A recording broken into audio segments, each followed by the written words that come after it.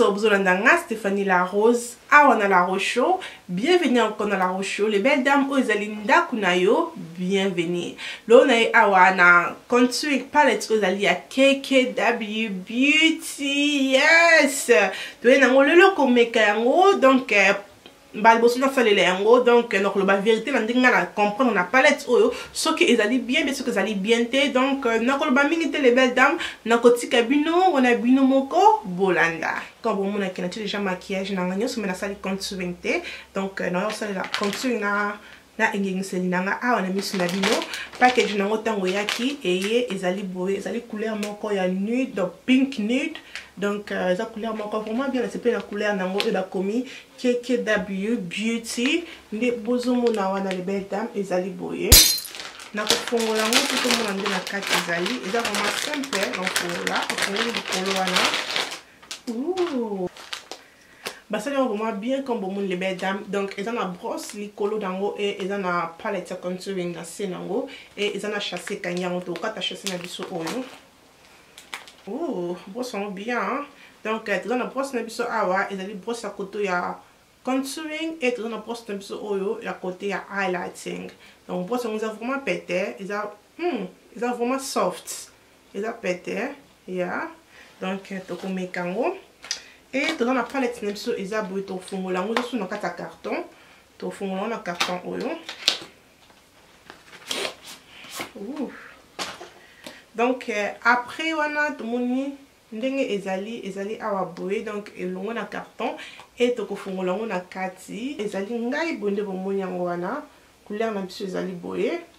bato wana deux couleurs na biso ya C o ezali ya contouring et to na deux couleurs na biso likolo o ezali pona highlighting donc engengiseli et na miroir likolo miroir moko bien kota lelo so tala ozomi mona très bien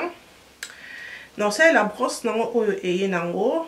comme vérité ezali que brosse que toi contouring o boyebi que brosse oyo ezali munene pourquoi toujours ba keza munene na kolakisa bino différence parce que bozomona ka toujours ba ke eza munene eza vraiment contouring brosse mais eza trop big likolo nango a fallait ezala quand même pointé boye pour na esala bien mais yango eza efongwama donc yango bat bolo bas moni brosse oyo naza nango oyo eza pe ndenge moko na okim alingi asala na brosse na oyo mais ce qui botali brosse na oyo na koya pembe na caméra donc brosse na oyo bozomona ki aza ko fongwama likolo mais ce botali brosse na obomona ki azali akangama ti likolo mbala moko boye mais brosse na o bozomona ndenge aza ya kofungwa likolo donc différence ya ngwana ya bomona ka bazo ba ke brosse na o ya contouring eza bien te mais na utiliser brosse oyo pona mona ndenge ekosalela nga na elongi na timanga ba komi KK Beauty Powder Contour and Highlighting Kit dark deep dark Kim ongolo banini Nebte ce que nous banini dark deep dark ou comment tu vas commenter là parce que I was very confused là qui vraiment confused dans tangango mais et comme bongo et comme dark deep dark donc il y a dans muindu na kati ya muindu je peux dire muindu ya muindu na lingala I don't know mais bon tu vas commenter là c'est donc et comme bon après comme tu as highlighting 1 highlight 2 contour 1 et contour 2 donc article vraiment simple après son highlight 1 highlight 2 na contour 1 na contour 2 donc bandana o ezali ya contour 2 donc dans couleur na o ya contour 2 au bozomona donc on a quoi côté na brosse na ya Kim Kardashian donc oh no benda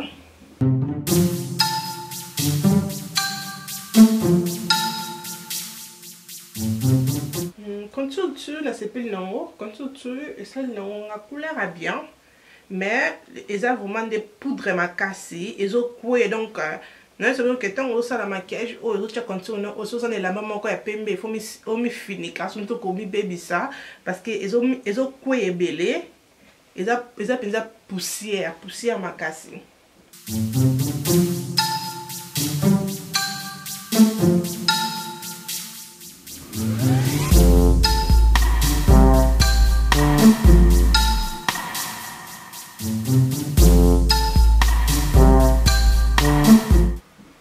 Donc je pense que nous avons les belles dames eza mabete contour tu ça va na sepeli na couleur contour tu et ça linga bien et na kwa kotia deuxième o ezali contour number 1 on a tout numéro 2 donc contour numéro 2 on a ça avec qui contour numéro 2 pardon on a tout ça la tour za contour numéro 1 et on a kwa cause sous na brosse na wana mais en des oko ya trop kim voilà kanisa mais oko ya trop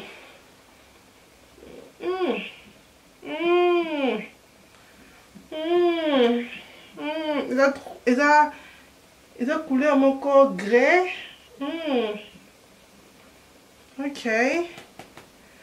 bon ce que ça là de belle dame aux yeux en betango boy parce que et kangami botande salinga a et kangami trop mbala oh my god na bendango nanu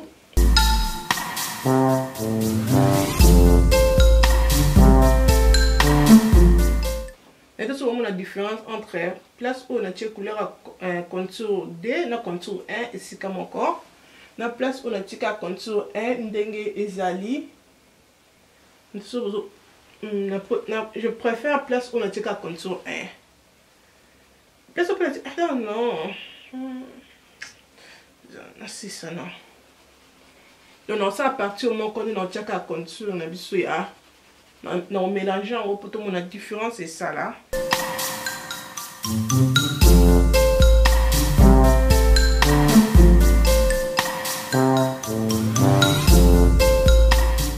N'habitez sur comment vous mona elonginanga les belles dames.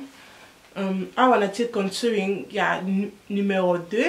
et on a tiré contouring numéro 1 na numéro 2 na sangisi couleur au besoin des alliés à moi chocolat ils ont mis le couleur gris ils ont mis encore couleur encore gris parce que n'était on a bengi couleur au contour numéro 1 il faut des alliés deep et contour numéro 2 il faut des alliés deep dark parce que deep de I don't know je sais pas mais autant dingue ça linga donc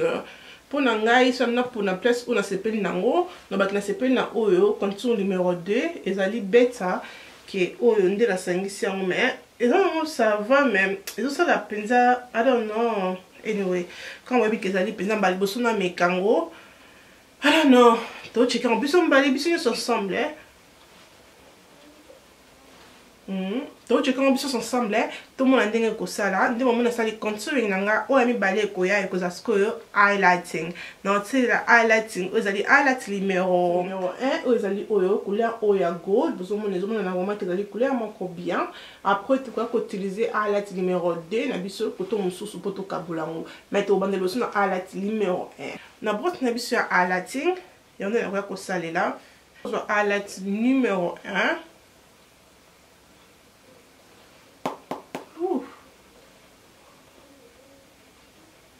donc on va composer c'est pas une coteau est bien voilà coteau vraiment quand à l'aide c'est pas une haut et ça qui toko à l'aide et ça alors non au moment nous allons à l'aide numéro 1 on a tiré comme bon mon yango comment sur le recours ebisanga et nazo kenna njoka à la numéro 2 pour jusqu'au à la couleur na biso oyo à la numéro 2 couleur oyo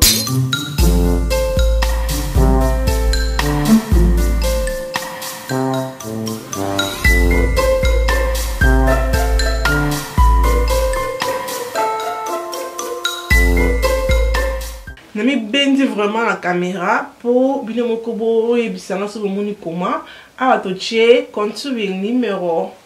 2 il y a toucher contouring numéro 2 na highlight na biso numéro 2 de bozo mona wana donc highlight vous allez moi pink de toucher wana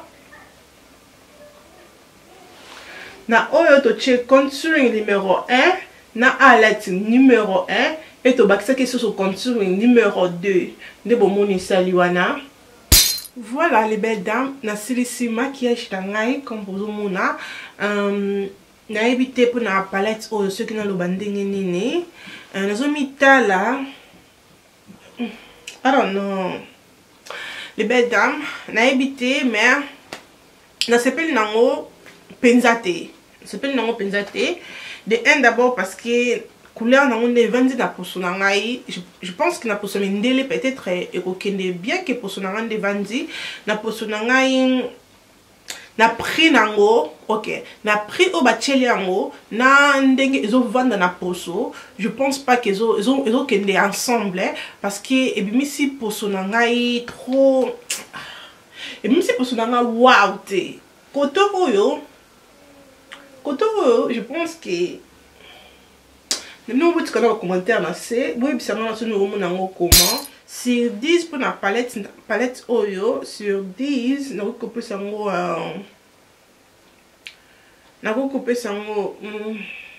combien 6 pour la donc sur 10 nous coupons ça 6 donc ce que parce que ils a cher, ils a peu cher, consomme déjà besoin c'est un quelques livres. C'est un quelques et qu'il y a coûté presque 80 livres total pour la palette on a zoango et ba couleur non mais c'est pas singate mais sotali qui bloc on a somba qui y a 80 livres on a qui bloc belé puis na CP là qui mais pour la bim c'est 85 livres boy ça n'a pas c'est 82 livres donc pour la bim c'est un gros next time pour la palette je pense pas qu'ils ont ça là en sous dans somba les sont et la couleur nango pe eza vraiment eza ka bisomba somba les belles dames na beka na meka parce que na mona ki on va utiliser en trop na peut-être quand même peut-être son éco simbanga mais Kim Kardashian non, c'est pas vraiment sans finquer. On ne m'a pas causé là. On m'a causé là comment on chango. Na CP là, mais na CP l'idée. On a brosse nae. Côté où il y a highlighting, na CP na brosse. Mais côté où il y a contouring, na CP na brosse parce que ils allaient trop néné. Il fallait que à final, quand ça moi et finalement pour na essa la contouring ya bien. Mais ils ont ça vraiment contouring vraiment. Ils ont panzayo. Ils ont pas une zone noire et belée si donc koloba parce que tant que tu as contour na biso ezali ligne na biso mokie au besoin mon de brosse na o ezali donc ligne na biso mokie au besoin mon aboy nde yango esala biso contour déjà ka ligne na mokie mais so tali oyo ezali trop monene donc ils ont pas une zone contour monene et ça vraiment bien te mais pour na brosse ne oya engengiseli na ligne on a sepeli nango ezali bien donc pour na les belles dames ce que tuninga que la rose na somba yango bien somba ngote les belles dames pour nanga au bébé sambungo na yo vérité ko sombate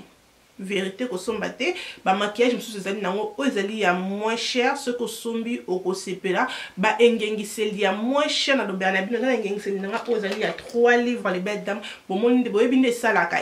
nga vraiment kitoko salanga bien ezali ya 3 livres mais son atalia son atia on atala deux fois te ke pona na sala son sepela nango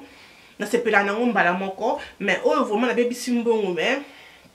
na salani dans son linga maquillage ozali na choité mais ce qui peut moko lingi ose na ndaku kena o linga na pusa ke osomba peut-être nzimelinga te ozana pusa moko osomba problème ezate les belles dames ko na 85 livres na bien na 82 livres non entre les deux o ko ke do sombi palette na o ya KKW beauty yemoko o meki na ndaku mais trust me les belles dames eza prix au bati na palette na bango oyo na ils ont match na ba couleur ils en a quantité donc ba couleur ils en a quantité na prix oyo salami ils ont que vraiment semble et pour la carton nango zali papier ezali carton pe anytime que nazo simbango ils ont comme salité même atako ko pango siango ekolongwate parce que ezali carton donc nande pe contour quand dépend comme on ndepé contour na alerte wana ezo panzana ce que zo chango ezo panzana tellement que belé ezo kouya ka eza poussière donc oh vraiment et que vous mettez comme salité et que vous la propreté moi au monde déjà que ton salé liango au monde déjà des salés na ba CCC parce que e kouyi donc même ce que pango siango e kolongwate ezali système à carton ou etika ka salité le longo la salité même ce que pango siango merci na binonyo so bantina ngane bande pe comme na suka ko bossa na te ko aimer vidéo se communique c'est précieux ko aimer yango pe ko bossa na te ko partager yango et ko salanga bien makasi ko bossa na te ko sala abonner la chaîne nanga yala ko show avant obima et ko salanga bien mingi merci na Boss Brothers merci na yom tolanda kangai wana tukutani à la prochaine Tinate et Kominatina bye.